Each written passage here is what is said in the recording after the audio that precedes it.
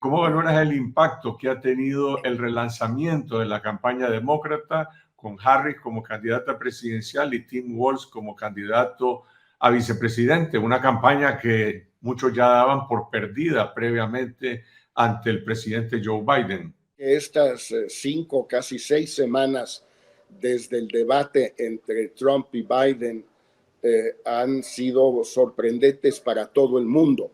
Yo creo que los propios demócratas no esperaban un tal giro en sus posibilidades de triunfo en noviembre. Primero, el hecho de que se haya retirado Biden de una manera relativamente tersa. Segundo lugar, que la designación de Kamala Harris como la sustituta haya sido también tan fácil, tan ordenada, tan unánime, pues fue una sorpresa. Y luego la propia Kamala ha dado la sorpresa al resultar ser, por lo menos hasta el día de hoy, una candidata pues espléndida realmente, que habla bien, que negocia bien, que escoge bien a su equipo y a su mancuerna en la vicepresidencia, que organizó muy bien la convención en términos de oradores, en términos de líneas de discurso para cada orador, de énfasis, de acentos en distintos temas. Todo esto nos deja en una situación que nadie esperaba, Carlos Fernando, que es que a 70 días de la elección están más o menos empatados Trump y Harris, e incluso con una ligera ventaja de Harris dentro del margen de error, pero ligera ventaja, no solo a nivel nacional, sino en varios de los estados más importantes, los 6 estados decisivos donde se juega la elección.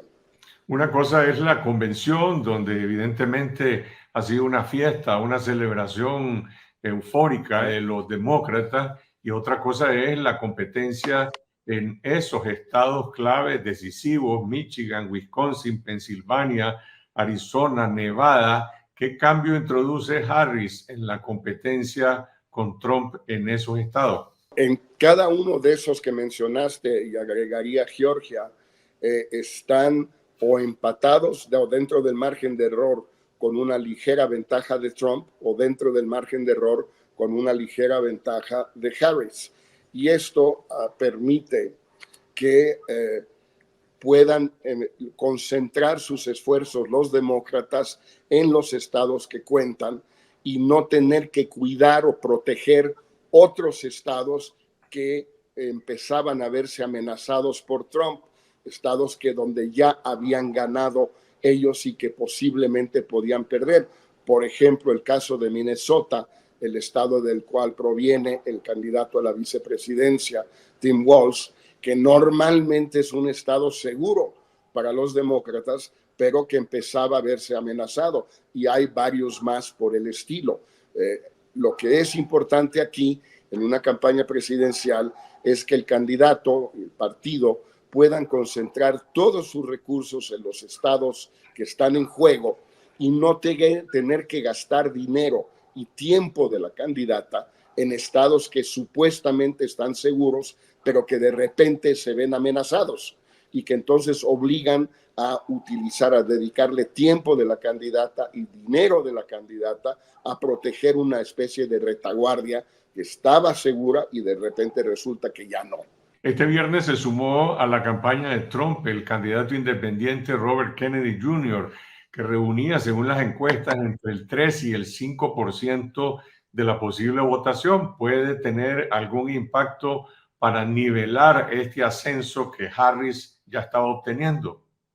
Yo creo que la declinación de Kennedy a favor de Trump es uno de los factores que pueden amenazar con corregir la inercia que trae Kamala Harris en este momento. No es seguro que los votantes, ese 3 a 5% de Kennedy, se repartan de manera desigual entre Harris y Trump. Y si ese, digamos, 4 puntos son 2 para Harris y 2 para Trump, pues no cambió nada. Quizás un poco el simbolismo de tener un Kennedy, pero se trata de un Kennedy tan desacreditado que probablemente no influya mucho en el ánimo de los votantes y de los donantes sobre todo. Entonces, ese es un factor que probablemente no sea decisivo, lo sabremos que en las encuestas de la semana que entra.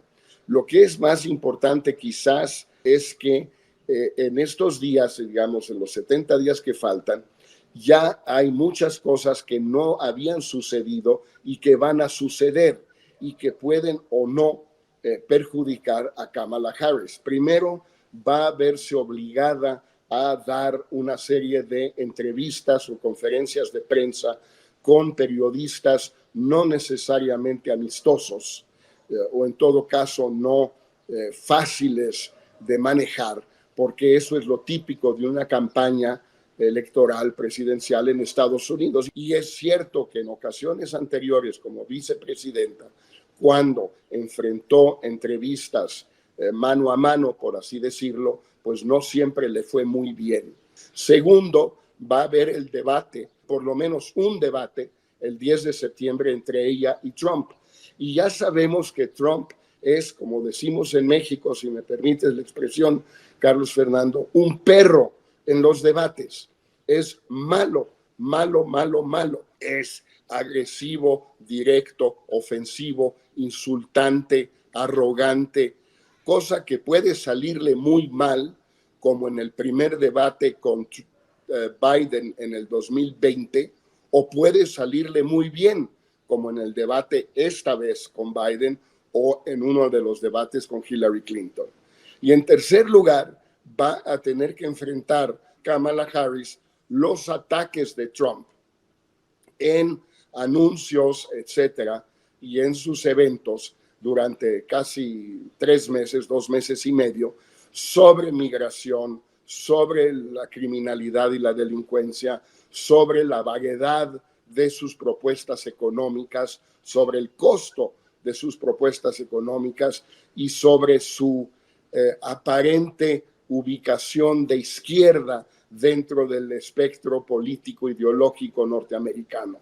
Pues todos estos son retos muy complejos y Kamala Harris va a tener que demostrar la misma habilidad para enfrentar estos desafíos que la que ha demostrado para enfrentar los desafíos que ya ha superado. Los ataques de Trump, en efecto, ya comenzaron señalando a Kamala Harris de comunista, de marxista, de radical, pero sobre todo de promotora de la inmigración criminal en la frontera en Estados Unidos. ¿Cómo es el voto latino en esta elección? Porque pareciera que el tema migratorio sí va a tener un impacto importante, sobre todo en esas franjas de votantes decisivos. Mi impresión es que hay que quizás en esta elección y en estos estados decisivos hay que no hablar tan en abstracto del voto latino.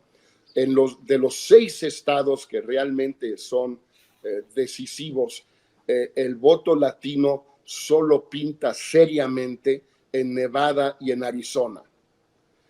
Hay algo en Georgia, poco, y algo en Pensilvania también poco. Pero en esos 2 estados la situación es la misma que en Arizona y en Nevada por una razón. En Arizona y en Nevada el voto latino es voto mexicano-americano. No hay cubanos, no hay colombianos, no hay nicaragüenses, no hay venezolanos. Es decir, es un voto esencialmente mexicano-norteamericano, tanto en Arizona como en Nevada. Y ese voto entonces es quizás menos sensible, por ejemplo, ante las acusaciones de comunismo, etcétera, que el voto cubano-americano en Florida, o que el voto venezolano-americano también en Florida, o el voto cubano-americano en New Jersey, que no pinta mayormente porque es un estado demócrata. Entonces, la clave va a ser que Kamala encuentre la manera de apelar a los sentimientos, a las preocupaciones de los mexicanos norteamericanos en Arizona y en Nevada, que tienen sentimientos, como digo, paradójicos, contradictorios frente al tema migratorio. Ellos han sido migrantes. Muchos de ellos llegaron a Estados Unidos hace 30, 50, 70 años sin papeles. Adquirieron papeles, se casaron, se volvieron segunda generación, tercera generación, cuarta generación norteamericanos. Algunos de ellos son antimigrantes, algunos de ellos son muy conservadores en algunos temas, por ejemplo, el tema del aborto, por ejemplo, algunos de los temas woke del Partido Demócrata, pues son vistos por este sector con mucho recelo. Va a ser un reto muy importante, pero Kamala tiene la habilidad y tiene los recursos para saber exactamente a qué responden los votantes mexicanos norteamericanos en Nevada y Arizona.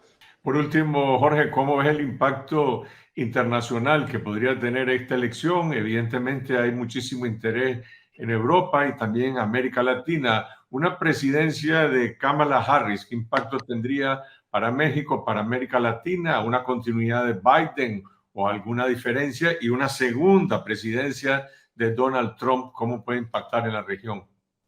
Yo tengo la impresión que en Europa, en América Latina, en Asia también, con la posible excepción de la India, pues hay cierto, no temor, terror ante la posibilidad de un segundo periodo de Donald Trump.